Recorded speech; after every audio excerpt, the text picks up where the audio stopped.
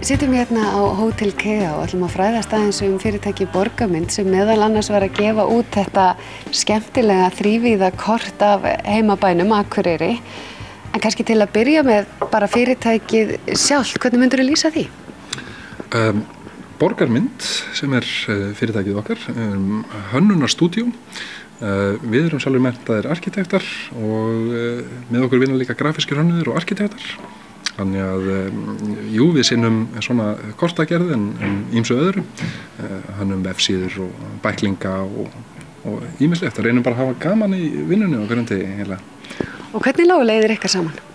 Við vorum saman í Listaháskólann. Við vorum þar að læra arkitektúr og þá svona vaknaði hugmyndi þar að gera kort og við kunnum alla þessa þrívídar hönnun sem liggur á baki þess og já, við bara skelltum okkur í þetta verkefni og lautum verða af því, sko.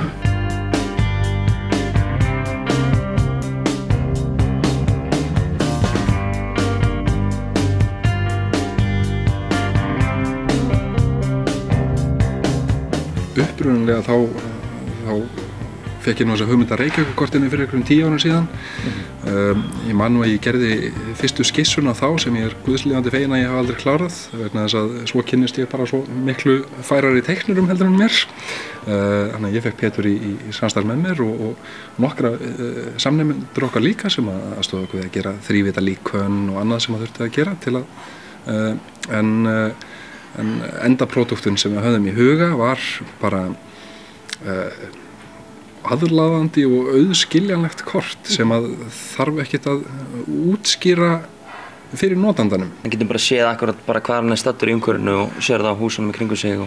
Og okkur skilst að við höfum minnkað vinnu álagið hjá ýmsum hótelstarfsmönnum og í í upplýsingamiðstöðum fyrir ferðamenn vegna þess að þau þurfa ekki lengur að vera hérna hægri, vinstri, fram, heldur geta bara að þú ert að fara hingað.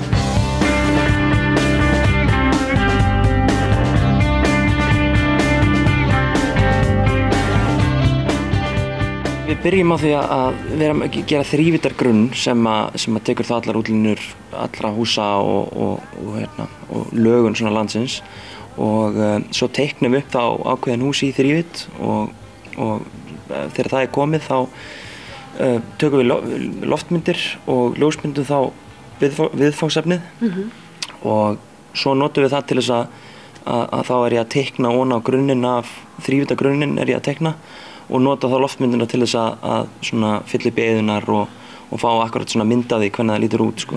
En það ekki bara loftmyndir sem við tökum heldur höfum við gert okkur marga ferðir hérna til Akureyrar til dæmis bara til að mynda hverja einustu götu og við höfum nú hlegið í stundum að hálf hissa hafi ekki verið handteknir fyrir löngu síðan hérna en þess að við erum búin að keyra hverja einustu götu bæjarins með myndavél út gluggann á bílaleigubíl og mynda henni í bakgarða og eitthvað þannig að við vorum alltaf að búast í löggun á hælunum á okkur en Akureyringar virðast umburðarlyndir.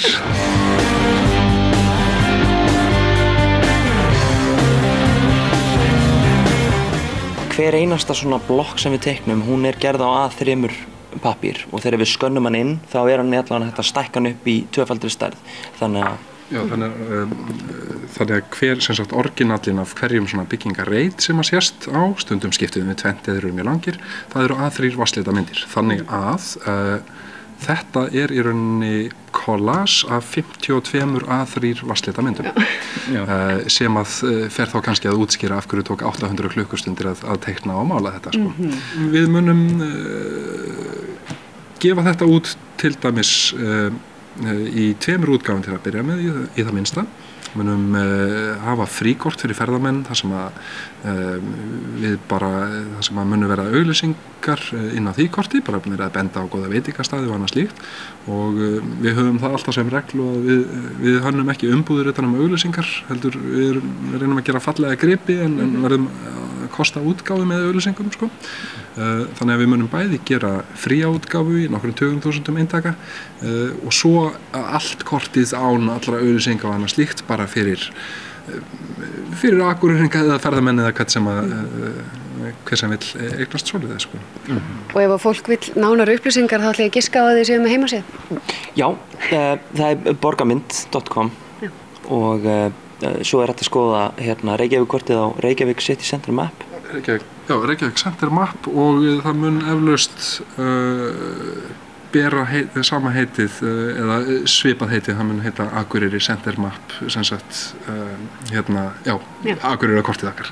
Akureyri-kortið, frábært að fá ykkur og til hamingju með þetta. Þetta er veglegt og verið gaman að sjá hvernig það nýtist hérna fyrir norðan líka. Takk fyrir.